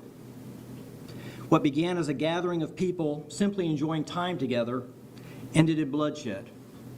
This is something that no one ever expects in a community like ours. On June 1st, 12 individuals were injured. These were innocent people who had simply gathered to enjoy themselves. One of those victims tragically lost his life. What happened was not only unthinkable, it was deliberate, it was coordinated, and it was intended to cause mass harm. What happened was senseless. There is simply no justification, none whatsoever, for firing into a crowd of people. Since that night, the men and women of the Catawba County Sheriff's Office have worked tirelessly and relentlessly to investigate this act of violence and to bring those responsible to justice. They have been joined by dedicated partners from the North Carolina State Bureau of Investigation and the Federal Bureau of Investigation. In fact, the FBI was on scene within hours of the shooting, and I want to personally thank Special Agent in Charge James Barnacle, who flew in from Washington, D.C., and arrived within 12 hours of the shooting to personally oversee the FBI's response. That kind of dedication speaks volumes. It speaks volumes about the seriousness of this case, and it speaks volumes about the partnerships that protect our community. Yesterday, after a thorough and ongoing investigation, the Catawba County Grand Jury returned true bills of indictments against 7 individuals in connection with this mass shooting. As I announce each indictment, you will see the individual's photograph displayed behind me. Garen Nathaniel Killian was charged with is indicted with 1 count of conspiracy to commit first-degree murder and 63 counts of attempted first-degree murder. In addition, he was also indicted with 7 additional counts of attempted first-degree murder from the unrelated incident we've called the Party City shooting that occurred approximately a month and a half prior to the incident on June 1st. Keandre O'Neill Mack. He's also charged with 1 count of conspiracy to commit first-degree murder and 63 counts of attempted first-degree murder. Toland Huff Jr. He's also indicted with 1 count of conspiracy to commit first-degree murder and 63 counts of attempted first-degree murder. He also was additionally indicted with 2 counts of accessory after the fact to attempted first-degree murder for his role at the Party City incident approximately a month and a half before June 1st. Zachary Michael Bates, indicted with 1 count of conspiracy to commit first-degree murder and 63 counts of attempted first-degree murder. Isaiah Kane Mitchell, we've also referred to him as Zay Harris in previous press conferences. He was indicted with 1 count of conspiracy to commit first-degree murder and 63 counts of attempted first-degree murder. Charles Rodell Kincaid III was indicted with 1 count of conspiracy to commit first-degree murder and 63 counts of attempted first-degree murder. Additionally, Zoe Braswell has been indicted for 4 counts of accessory after the fact to attempted first-degree murder for her role in aiding those involved after this incident occurred. These indictments make a major step toward accountability, but they are just the beginning. Chief Assistant DA Tim Gould will lead the prosecution of these cases. Mr. Gould has already been working very closely with law enforcement throughout this investigation, and he will ensure that those responsible are held fully accountable in a court of law. Catawba County is a beautiful and it's a wonderful place to live. It's the place that I've chosen to call home and raise a family. This is not the kind of thing that we expect to see here. But while we may not be immune from such senseless acts, I can assure you we are prepared. Our law enforcement officers have shown extraordinary professionalism and resolve. I am incredibly proud of them. I am incredibly proud of the work they've done night and day to get us to this point. Our law enforcement officers have truly shown us what it means to serve. My hope is that today sends a clear message. Violence like this will never be tolerated in Catawba County. We will seek justice for every victim, and we will hold each perpetrator accountable. Thank you very much.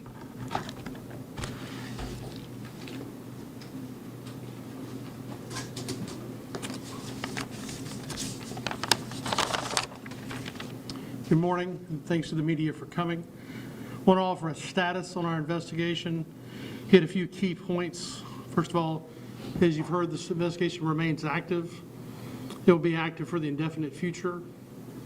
And we can announce this morning from our investigation that this was a premeditated and seemingly unprovoked attack by what has been referred to as the hillside shooters. You've also heard reference to the poolside shooters. I want to clarify that a bit this morning. The people that were at the party, some of them were armed with their own weapons. When the attack initiated, multiple persons on the property at 1125 Walden Acres Drive returned fire. Those persons were scattered about the property in its entirety and not just centered around the pool itself. There were several separate occurrences of gunfire in the minutes following the initial attack. We've recovered multiple calibers of shell casings from the residents. There's possibly more shooters than the shell casings would initially account for. We've recovered multiple firearms from the residents and the outside perimeter of that location.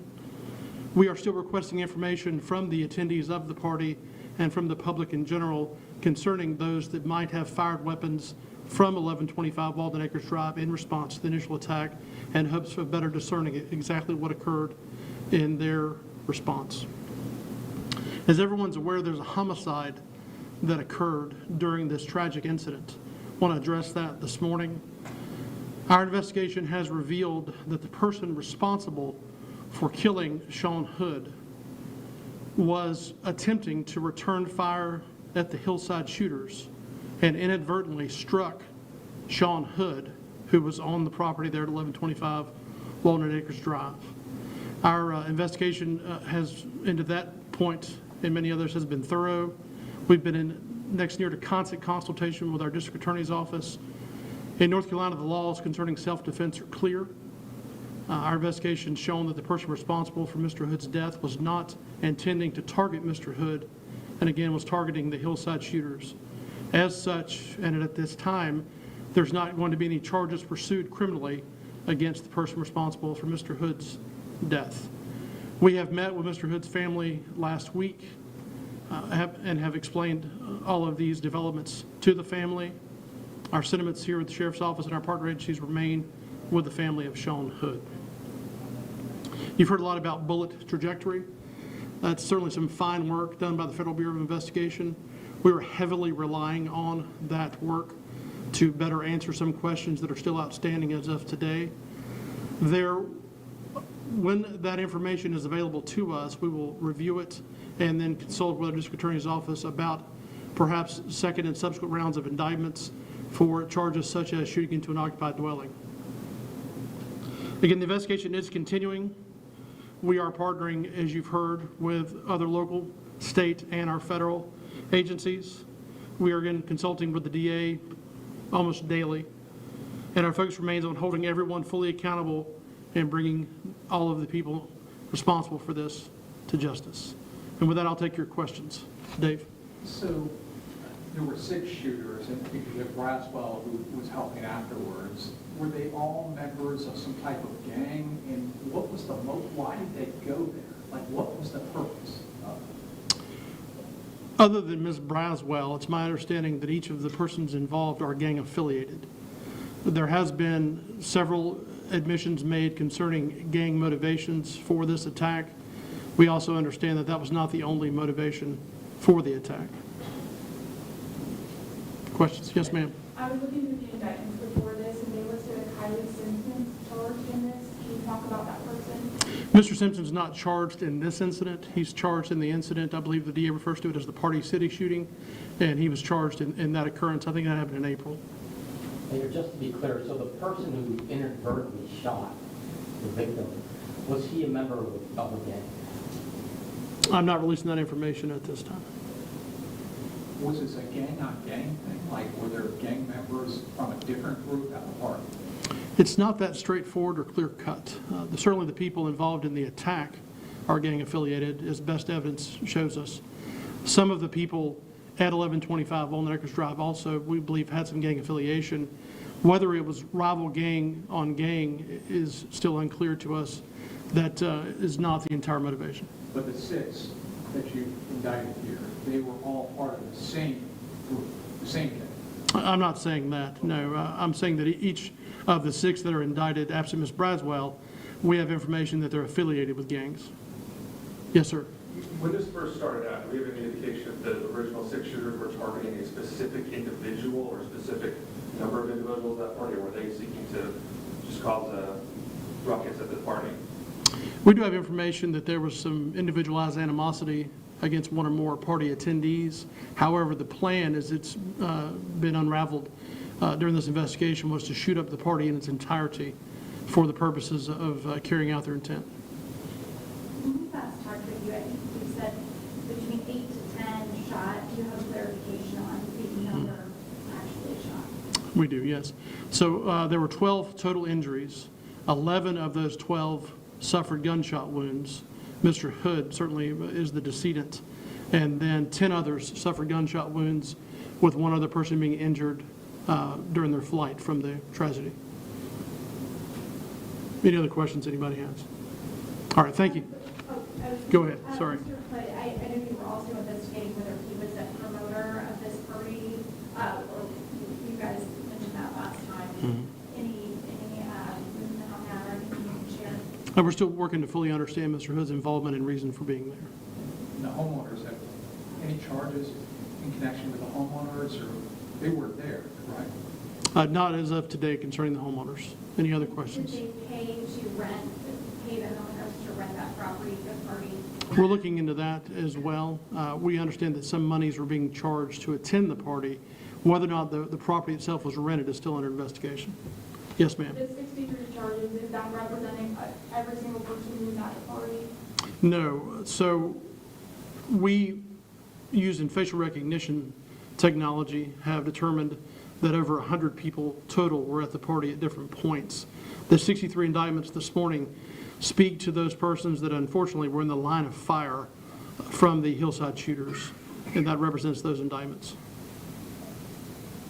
You said you do facial recognition? Yes, sir, we did. How did that work? You took pictures at the party, or quick video from the party, and that's how we use AI or something to recognize the faces? How does that work? That's largely correct. Video from the residence itself has been collected, and we've used facial recognition software available to law enforcement to understand and discern who those people were, identify them. Yes, sir. When you refer to the hillside shooters, are with the indictments today, are you saying that there were 6 up on that hillside shooting down? Can you explain that? So the investigation reveals there were 4 actual shooters. One of the 6 was a driver, and then another a conspirator in the planning, preparation, and carrying out of this tragedy. And specify who was the driver and who was the conspirator? So I'm not going to make any statements concerning the culpability of specific defendants. We're trying to preserve their right to a fair trial. And according to the search warrants, they started planning this days before this event, started talking about, hey, let's go shoot up the place. That's what the evidence shows, yes, sir. All right, thank you.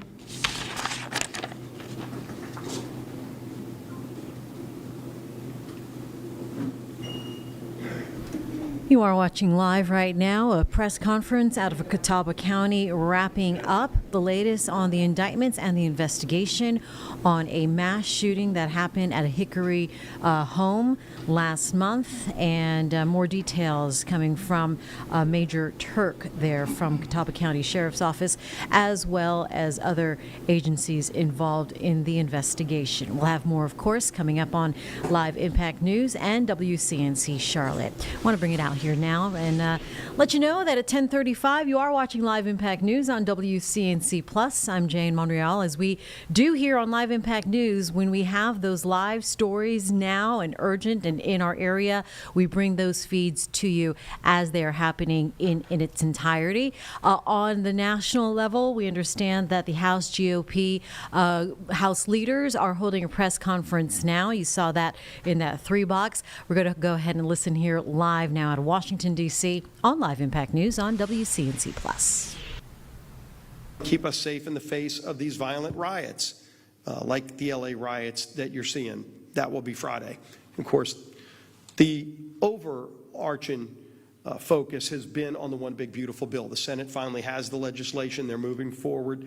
We've continued up here to talk about so many great things that this will do to get our economy back on track, to put more money in the pockets of hardworking families through so many provisions like certainty in the tax code, ensuring that you don't have a massive tax increase that would hit lower and middle income families, no tax on tips, no tax on overtime, the ability to have bonus depreciation, some of the other things that would bring investment into this country. But we also have so many other provisions. Border security, of course, is one, but energy security is a big component of this bill to allow America to continue producing more oil so we don't have to be dependent on foreign countries. So world markets aren't worried about an action Iran might take. When you saw them talking about shutting off the Strait of Hormuz, you really didn't see much of a change in oil prices because America and our allies can now pick up the slack because you have a president, Donald Trump, who wants to open up more American energy opportunities.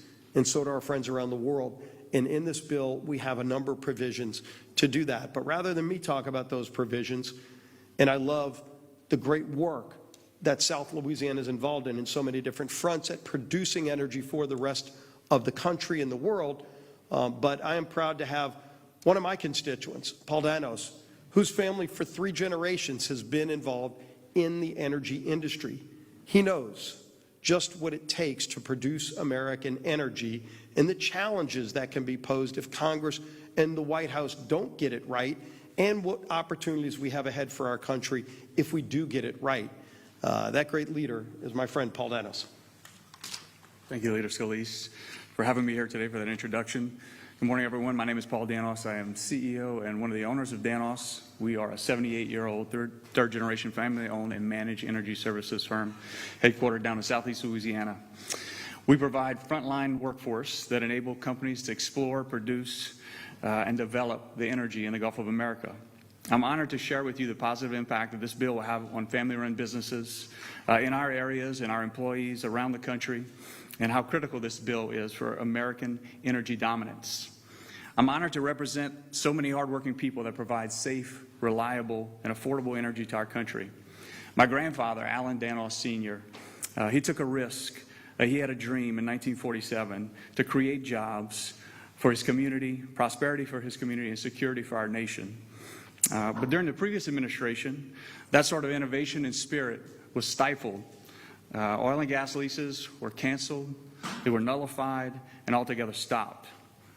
This bill is a lifeline for American energy and restores the kind of predictability that businesses like ours need to invest and to grow. Predictability keeps capital flowing, and when capital flows, companies like Danos can invest in equipment and jobs and people and technology at home.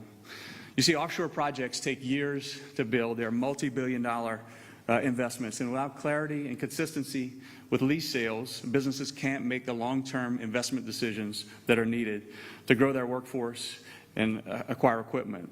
So when lease sales stall or disappear, that doesn't just cause a pause in our business. Those opportunities can vanish. So when that happens, good paying jobs across the Gulf Coast and really around the country, because the supply chain throughout the country supports our energy in the Gulf of America. And that American energy and security is jeopardized. So this bill will help to restore American energy dominance. It'll make everyday goods less expensive, and it'll create jobs to secure America's energy future. And we know that energy security is national security. The more energy we can produce at home, the more that we can help our allies abroad to make sure that they aren't relying on hostile nations to get their energy. The Gulf of America is critical to America's energy economy and security. When Congress gets energy policy right, companies like Danos can do what we do best, deliver safe, reliable, affordable American energy. So I want to thank the Congress and President Trump for making good energy policy a priority in this legislation. Now I'll turn it over to Tony McAllister. Real quick. Yeah. Great job. Paul, I know you're the CEO, but I get to control the podium. All right, no, that's okay. They told me something different. No, it's so great. What a great collection of Americans here. We wanted to come this morning. I have a lot of updates for you, and I'll get to it in a moment, but I want to continue with this theme real quick, because the big, beautiful bill is so important, literally to every sector of the U.S. economy. And we could have chosen, constituents of ours from any sector in the economy, but it occurs to me we chose just the letter L as our theme today, okay? You heard about lasers and law enforcement and liquefied natural gas. And now we're going to go to logging, because I brought Tony McAllister here, and she is a small business owner. She's going to talk to you about what it would mean to them. She's also a mother, and she's the wife of one of our greatest sheriffs in the state of Louisiana. They hail from Wynn Parish. The sheriff's standing in the back. He's the big guy with the badge. You can't miss him. But I'm so grateful that Tony is here with us. Now I'll turn it over to you. How about that? All right. Thank you, Mr. Speaker, for having me today. So my name is Tony McAllister. I'm a proud resident of rural Louisiana in the 4th Congressional District. I am a Louisiana logger. I'm a mom, I'm a wife of a Louisiana sheriff, and as a logger for years, small businesses like ours with our team of 30 hardworking employees have carried the weight of this governmental system that often seems to grow on the backs of small businesses and middle-class families like mine. It's been tough, it's been challenging to compete and to grow and to simply get a fair chance to thrive right here in the U.S. But today I'm filled with gratitude. I'm thankful to President Trump and the House Republican leadership who have made it a priority to reset this system, to put hardworking Americans first, to support the businesses and the families who are the backbone of this great nation. When the One Big Beautiful Bill is signed into law, it will finally give small businesses like ours a better opportunity to not just to survive, but to grow and to succeed. Some of these have been mentioned already, but just as a reminder, this legislation will lower the effective tax rate for producing in America, increase and make permanent the small business deduction, double immediate small business expensing, and reduce reporting burdens for small businesses. In Louisiana, timber is not just what we do, it's who we are. It's the largest agricultural product in the state, and it is vital to the survival of so many rural communities across our state and across the South. This bill recognizes this impact of small businesses just like mine. It protects us, it strengthens us. For far too long, the U.S. has been one of the largest importers of raw pulp, pulpwood, and timber products. This has led to the shutdown of many mills and the loss of way too many American jobs. So I want to personally thank the President for continuing to fight to reduce unregulated imports from other countries and for standing firm to support American-made products by American workers. Another piece of this bill that hits even closer to home is the historic investment in our border security. This will protect our communities and support our law enforcement officers and agencies by keeping dangerous illegals out of our country. As a wife of a Louisiana sheriff, knowing that this administration is working hard to stand behind law enforcement gives me a peace of mind. It empowers our officers, federal, state, and local, to do their jobs because they know they have the backing of this administration and the Republicans in Congress. It means the world to me to see the leaders who value the safety, well-being, and dedication to those who put their lives on the line for us every single day. The One Big Beautiful Bill is more than policy. It's progress. It's progress for small business owners, for working families, for rural communities, and for our law enforcement. Again, thank you, Mr. Speaker, for having me. Thank you to the President for seeing us. Thank you for standing with us. Thank you to the House Republicans for working hard to get this done, not just for today, but for future generations. Thank you. Thanks so much. It is about progress, Tony. That's so well said. And I'm so grateful for these fine Americans who stood here representing hundreds of millions of Americans in all their various endeavors. And this bill, the One Big Beautiful Bill, is geared for those hardworking Americans. It is going to help all boats rise, and we are so excited to get this thing over the line, and I'll give you more updates on that. In the meantime, Tony and Paul and Sam and Sheriff Stewart, thank you again for your time this morning. Let me zoom out. We'll just talk about foreign affairs quickly, and then we'll zoom back in on the Big Beautiful Bill. I know the conflict in the Middle East is top of mind for everyone, and it is for us as well. Over the weekend, of course, President Trump fulfilled what was a bipartisan, long-standing national security priority by carrying out successful strikes on Iran's nuclear facilities. Everyone around the world applauded this expertly performed duty by our extraordinary, unmatched military.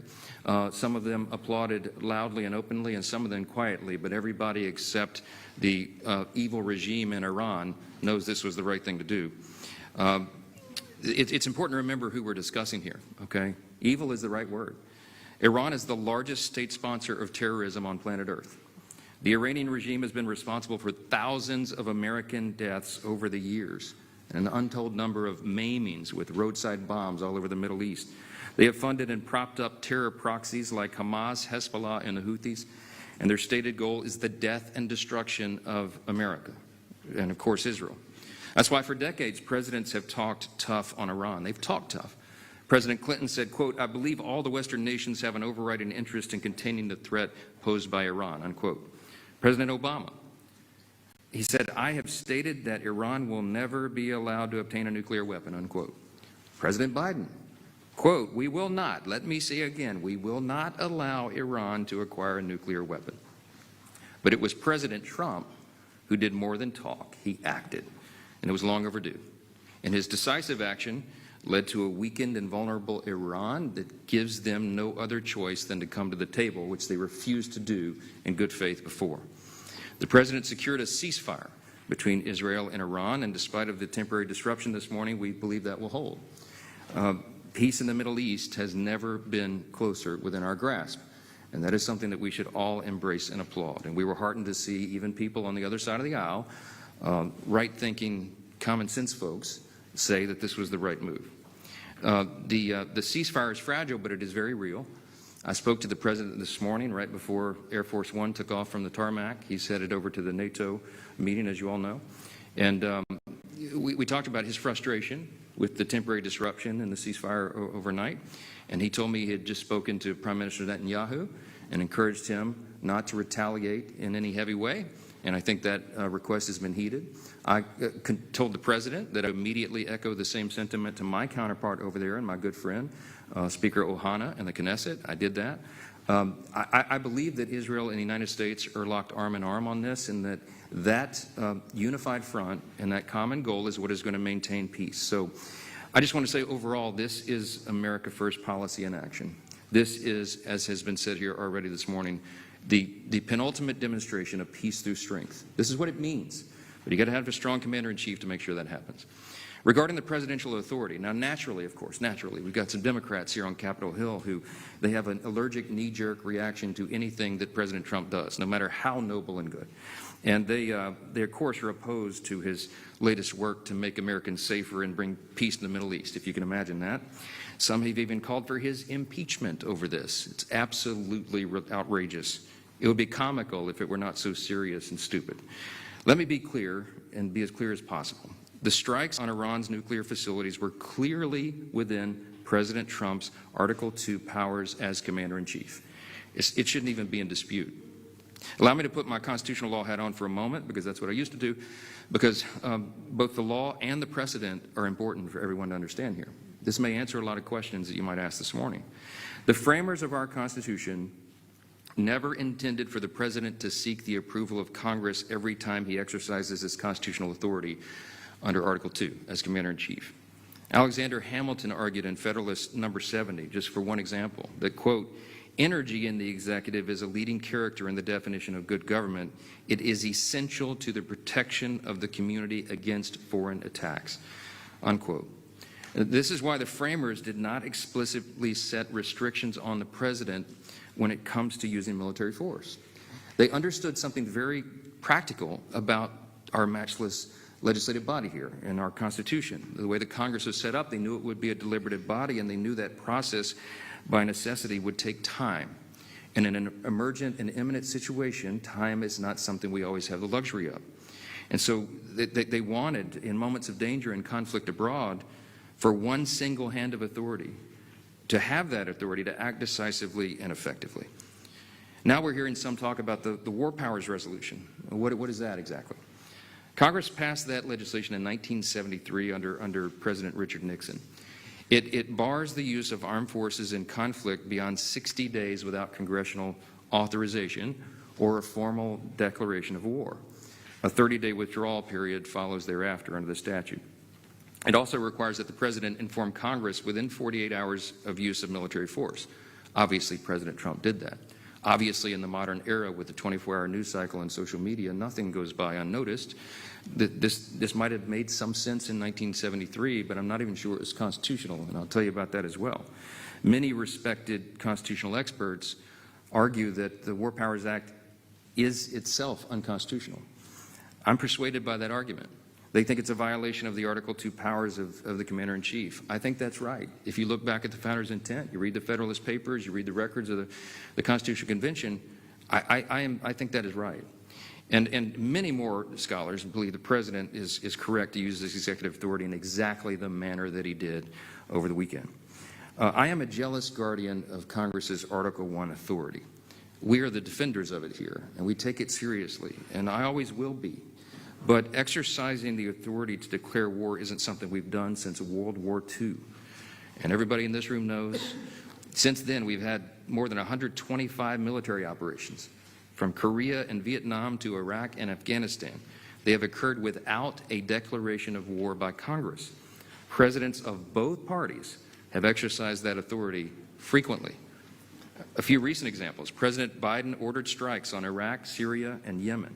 President Obama launched an 8-month-long bombing campaign in Libya to oust Gaddafi. President Clinton initiated air patrols and air strikes in Bosnia and a bombing campaign in Yugoslavia. Every one of those actions were taken unilaterally and without prior authorization from Congress. The bottom line is the Commander-in-Chief is the President. The military reports to the President. And the person empowered to act on the nation's behalf is the President. The last few days have unfolded exactly as the law outlines and as history has demonstrated and as the framers of the Constitution intended. I'm convinced of that. Let me change subjects and we'll zoom in back to domestic affairs and the one big beautiful bill. I will say it's very relevant to the discussion about global affairs because one of the things, as you all know, that the big beautiful bill will accomplish is it will support our military funding. While congressional Democrats feign concern about the safety and well-being of U.S. service members, House Republicans are working to deliver legislation that actually accomplishes that and supports them.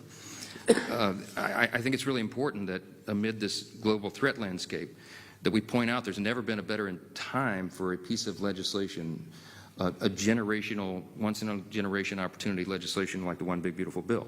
This bill funds President Trump's Golden Dome to bolster long-range missile defense capabilities. How many of you know that's kind of important right now? It accelerates the modernization of our nuclear deterrent. Couldn't have a better time for that. And it revitalizes our defense industrial base. Here's a few specifics. $34 billion to expand the size and capabilities of our naval fleet. To $25 billion for the Golden Dome. $21 billion to restock America's arsenal of munitions and ramp up domestic production of rare earth and critical minerals. $13 billion for nuclear deterrence. $12 billion to enhance military readiness, among many other great provisions that I won't bore you with listing. It's exciting stuff. And the One Big Beautiful Bill is a generational investment in American military might. And we need to get it to President Trump's desk as soon as possible. I think we will. With that, I'll take a few questions. Chad. Considering how much this bill has changed in the Senate, how are you going to be able to pivot and sell your members on a vastly different product so quickly? But before characterize what that's going to be like, the President says you need to be here this weekend. Are you going to keep members here without anything to vote on, with no clarity on when the Senate's going to send that across? Yeah, first thing first, I don't think we can say it's a vastly different product. Don't prejudge it yet. We're still awaiting the final details. We've given space for the Senate to work. They're a separate chamber, of course. I've been emphasizing from the very beginning, this is a one-team approach. The House and Senate Republicans working together in tandem with the White House. There's no daylight between any of us on the ultimate goal and objective. When we set what you all thought were audacious deadlines in the early part of the year, and I said we would do our bill by Memorial Day, many of you smirked. I saw your faces. You laughed at me when I said that. But we beat it by 4 days, okay? When we said we would get the whole thing to the President's desk by July 4th, and that was our objective, many of you also rolled your eyes, but we are on target right now to do that very thing. So if the Senate acts accordingly, and they act according to what we expect right now, we work out the final details. They would get that passed maybe by Friday, Saturday. And I've told our members, we just had the big House Republican Conference meeting, the weekly meeting, and I said, keep your schedules flexible. July 4th is always a district work period, as is tradition, so everybody can go home and celebrate the 4th of July with their constituents and their families. But there's nothing more important that we should be involved in and can be involved in than getting the One Big Beautiful Bill to the President's desk. So if the Senate does its work on the timeline that we expect, we will do our work as well. And I think everybody's ready for that. Yes, sir. Have you taken any role in talking to some of the senators that have specific issues, say adding to the debt or Medicaid cuts, about what could get passed the House? Yeah, why do you think I look so tired? Yeah, I've been talking to individual senators ad nauseum and sharing with them the conversations and the deliberations and the negotiations and the conclusions that we reached together here in the House. Remembering that we worked on it for over a year on this side, and they've had to have a truncated work period of just a few weeks on this in reality. So they're going through the 5 stages of grief on their individual preferences, as we did over here, but again, we had longer time to process it. I remain, as I stand here at this podium, I remain very optimistic that there's not going to be a wide chasm between the two products, what the Senate produces and what we produce. We all know what the touch points are and the areas of the greatest concern. We've got to get the SALT negotiation number right. We've got to make sure the IRA subsidies are handled in an appropriate manner. You've got a number of provisions. We want to make sure that we hold by our commitment that we are not cutting Medicaid. The President has said that, and I've said that. We've all said that. We are strengthening the program for the people who are the most vulnerable populations who really rely upon that. You're talking about the disabled, the elderly, young pregnant women, for example. Those resources won't be available for those people who desperately need it and deserve it if young able-bodied men, for example, are on the program and not working. So we introduced a work requirement on the House side. It's wildly popular with the people because it follows common sense. If you're going to be on the public wagon and you're able, you should try to help pull it. And all we did was put in there, as you all know, a 20-hour work requirement per week, 20 hours. You guys work 80 hours, I'm sure, right? Give me a break. And they're complaining about that. You either have to be working, you have to be looking for a job in a job training program, or volunteering in your community. For heaven's sakes, do something constructive. That is something that everybody nods their head in agreement at a town hall and says, yes, do that. Why didn't we do it already, right? So what we've done is strengthen the program.